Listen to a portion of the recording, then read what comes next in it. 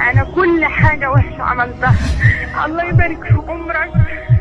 نفسي ربنا يفتح لي باب وابدا اقوم من نفسي. انا نفسي امشي في الشارع اصرخ اقول يا ربي تبت ومش قادرة. الله يبارك في عمرك. قول لي اعمل ايه؟ تعبت من نفسي، تعبت، خايفة قوي من ربنا وخايفة اموت على كده. تعبت، حاسة قلبي ميت، حاسة قلبي من جوايا في حاجة بتشدني، حاجة وحشة. حاسة ان انا يتيمة من غير ربنا، حاسة ان ماليش اهل، حاسة ان ماليش ام واب.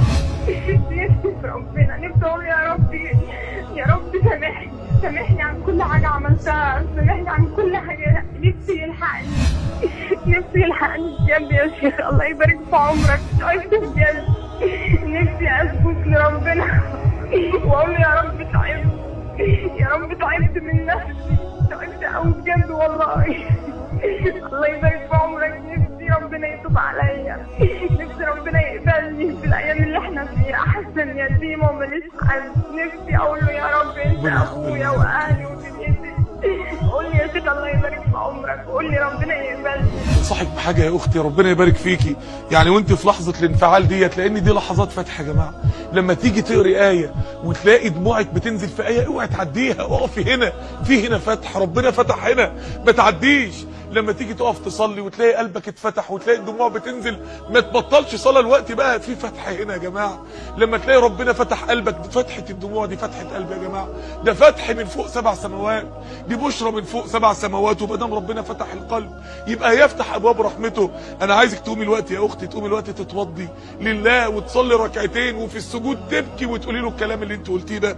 الكلام اللي انت قلتيه ده لو قلتيه البشر يقطع قلبه، لو قلتيه لرب البشر ربنا ممكن تبقى دي لحظه توبتك ولحظه فتح ربنا سبحانه وتعالى عليك. ما تيأسيش من رحمه الله، لا تقنطي من رحمه الله. ربنا تاب على اللي عمل اشد من اللي انت عملتيه 1000 مره، ربنا تاب على اللي عملت اشد من كل البنات الوقت عملوه 1000 مره، جعلهم اولياء لله صالحات. الصحابيات يا جماعه كانوا ايه؟ الصحابيات ما كانوا مشركات بيسجدوا للاوثان. دلوقتي بتقولي يا رب، بتقولي اقبلني يا رب. الكلمه دي مش رخيصه عند ربنا، كل دمعه نازله من عينين كل تائب الوقت مش رخيصه عند ربنا. ما حدش ارحم بيك من ربنا ولا حد ارحم بيك من ربنا. اوعوا تفكروا ان في حد ارحم من الله، وهو الغفور الرحيم.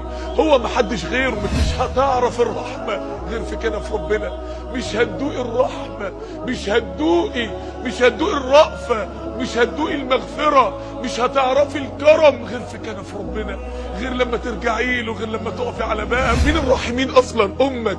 شوف امك لو انت مريض وبتتلوى من الالم عشان قرص دواء، والقرص ده في ايديها وبتستغيث بيها تديهولك، هترضى ولا لا؟